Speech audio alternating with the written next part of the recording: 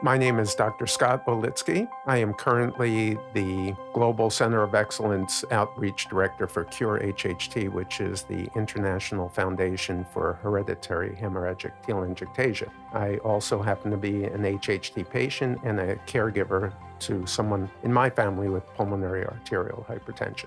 HHT is a genetic disease. It's autosomal dominant, which means that statistically 50% of all children born to a parent with HHT will have the disease. It's a disease of abnormal blood vessel development. So normally arteries connect to veins in the body through a system of capillaries, very fine blood vessels.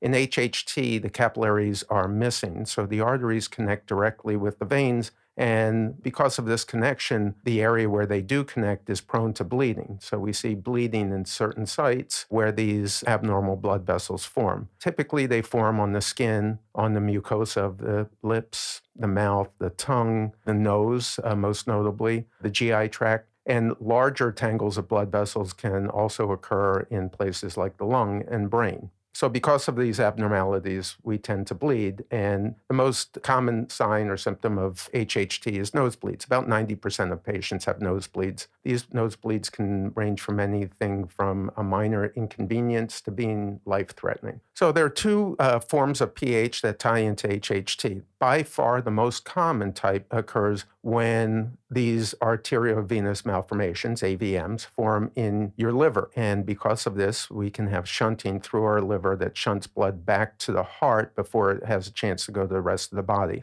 This overflow of blood back into the heart is also pumped into the lungs, and this can lead to secondary changes in the pulmonary artery system, which leads to pulmonary hypertension. And that occurs in about 20% of patients with HHT. Far less common is the 1% of HHT patients who develop PAH, precapillary pulmonary hypertension, which behaves just like idiopathic or other forms of heritable PAH. So as anybody listening to this knows, PAH is a difficult disease. Some of the drugs have some side effects that are potentially very problematic for patients. But for HHT patients in general, at this point, most but not all of the PAH drugs work by dilating blood vessels. This is problematic in HHT patients because these blood vessels that are dilated include these abnormal blood vessels that we have. So most patients with PAH related to HHT see a significant increase in their bleeding, whether it be from their nose or very likely their GI tract, which causes iron deficiency and anemia.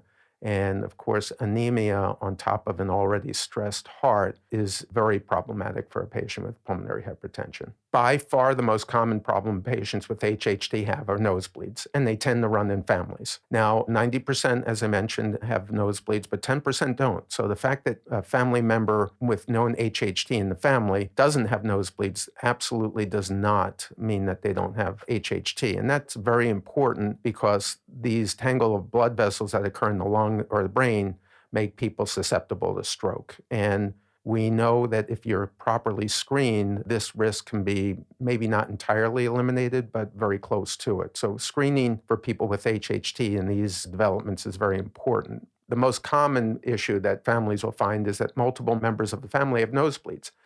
Many families, that is a source of worry, but in HHT patients, we live with nosebleeds every day, multiple times a day.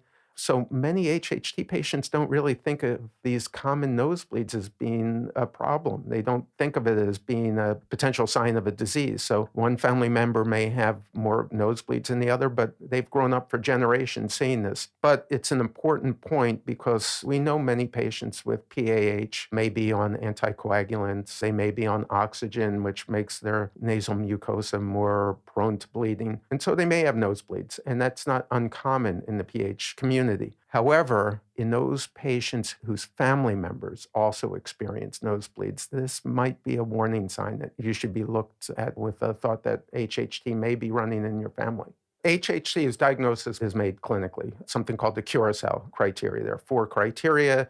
If you meet 3 of them, you have definite HHT, 2 criteria, possible HHT. There's also genetic testing that can be done, which is mutation can be found in about 90 to 95% of patients. So generally, what we suggest is that if a patient is concerned about potentially having HHT, they should see somebody who's familiar with the disease and see if a clinical diagnosis can be made. Generally, once the diagnosis is made, or if the diagnosis is possible, genetic testing is done. There are several mutations that cause HHT. There's one in particular which has a higher risk to develop PAH. Then a genetic test can be performed, confirm the diagnosis, also confirm the actual mutation. And this is important because that mutation can then be checked for in other families. So what we recommend and our international guidelines recommend is that a patient with a clinical diagnosis be tested, the mutation be found, and then all members of that family should be genetically tested for that mutation. HHT does not skip generations. If you have the gene, you have the disease. So it's important to know that. I've been involved with Cure HHT for about 2 decades. I've been on their board for many years. I've known about my own disease since the time I was 4 or 5. Didn't really think much about it. There wasn't a whole lot of treatments when I was younger. When I was in medical school, I remember going through the pathology textbook and seeing this disease and remembering this is what runs in our family. So I've been involved with HHT for a long time. As I mentioned, I have a personal connection to PAH. About 20 years ago, I have a cousin who was running marathons, Ironman races, and then all of a sudden started losing her exercise tolerance, misdiagnosed with exercise-induced asthma, and at one point couldn't walk down a city block. I'm sure a story that's very familiar to many PAH patients searching for that diagnosis. Was given the diagnosis, was given a very grim prognosis at the time, was put on some of the only medications available at the time and has done very, very well. So that brought my awareness to what pulmonary arterial hypertension was and how it's tied to HHT. Fast forward to about 6 years ago, I have a daughter who was experiencing similar symptoms and was eventually diagnosed as well. So I've seen the delays in diagnosis. I've seen the issues with some of the medications and how they affect people with HHT. At Cure HHT, we talk about 3 goals: find, treat, cure. So we're trying to find patients with HHT so we can help treat them and eventually come up with a cure for the disease. We've been getting some terrific medications on board for patients. We're doing clinical studies to help nosebleeds, bleeding in general. We've set up international guidelines. So we really feel like we're getting places, but still, we estimate only 10% of patients with HHT are diagnosed. My personal connection, of course, comes into play here, and I know that there are patients. I've helped identify patients with PAH who have HHT, and as I mentioned, their nosebleeds were thought secondary to their anticoagulants, maybe the oxygen they were on. So in order to help find those patients, help treat those patients, and come up with some new therapies for patients with HHT, whether that be the best PAH medication in light of their HHT or helping to get them on medications to control the bleeding that occurs because of the medications they're on for their PAH. We want to find those patients, and I think it's very important. Again, patients who are experiencing nosebleeds with PAH, don't just chalk it up to your medication or your oxygen therapy. Think about, is there somebody in your family who has frequent nosebleeds, GI bleeding, history of an early stroke? These could all be signs that you may be a family member with both HHT and PAH. Thanks for listening. My name is Scott Olitsky, and I'm aware that I'm rare.